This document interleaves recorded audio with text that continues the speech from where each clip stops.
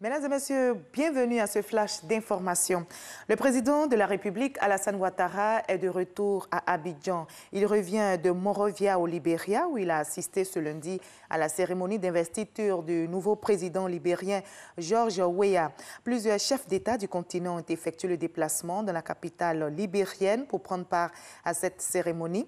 De retour à Abidjan, le président Alassane Ouattara, comme vous le voyez, a été accueilli par le vice-président Daniel Kablan-Duncan et plusieurs membres du gouvernement. C'est donc officiel, la légende de football George Weah a été investi donc comme nouveau président du Libéria. Il a prêté serment devant des milliers de Libériens au stade Samuel Doe, près de la capitale Monrovia. Des Libériens qui nourrissent beaucoup d'espoir en cette élection de George Weah, qui a promis d'améliorer entre autres l'emploi et l'éducation. Cette investiture marque la première transition démocratique au Libéria depuis 1944. George Weah, je rappelle, succède à Ellen Johnson Sirleaf, première femme élue chef d'État en Afrique en 2005 et qui cède le pouvoir après 2 mandats consécutifs.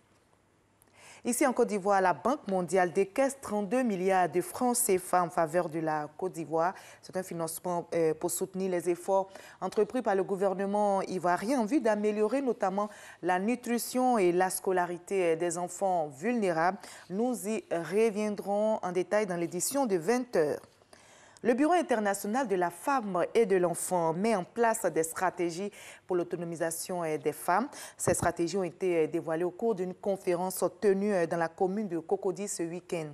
Le but visait de permettre bien sûr aux femmes de se prendre en charge afin de contribuer au développement de la société. C'est ce que nous expliquent Chris Diomandé et Francis Boifou.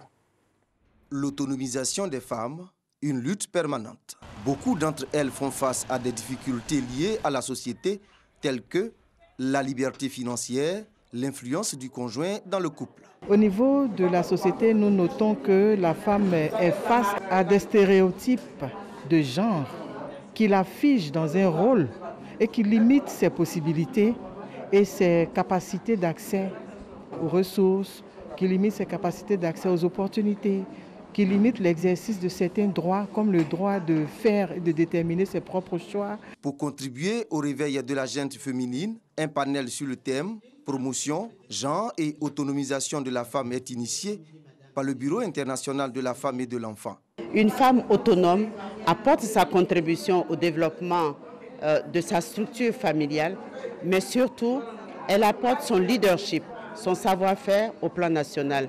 On dit éduquer une femme, c'est éduquer une nation. Être un acteur clé du développement social, c'est le défi que doivent relever les femmes. Il est impérieux que toutes les femmes comprennent qu'il y va de leur propre développement. On parle de développement du pays parce qu'elle sera autonome, mais être autonome, c'est d'abord soi-même acquérir son développement. Le Bureau international de la femme et de l'enfant entend renforcer les capacités de gestion des femmes afin de mieux les valoriser dans leurs milieux respectifs. Après l'Égypte et la Jordanie, le vice-président américain Mike Pence met le cap sur Jérusalem où il poursuit sa visite. Ce lundi, il a rencontré le premier ministre israélien Benjamin Netanyahou.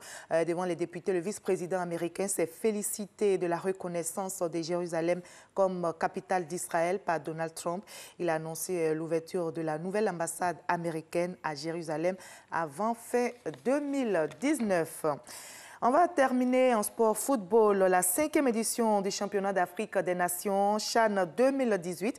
La Côte d'Ivoire jouera son 3e et dernier match de ce CHAN contre l'Ouganda ce lundi à Marrakech au Maroc. Une rencontre à l'enjeu limité puisque les 2 équipes sont éliminées. Les éléphants locaux ont signé leur élimination après leur défaite face à la Zambie 2-0.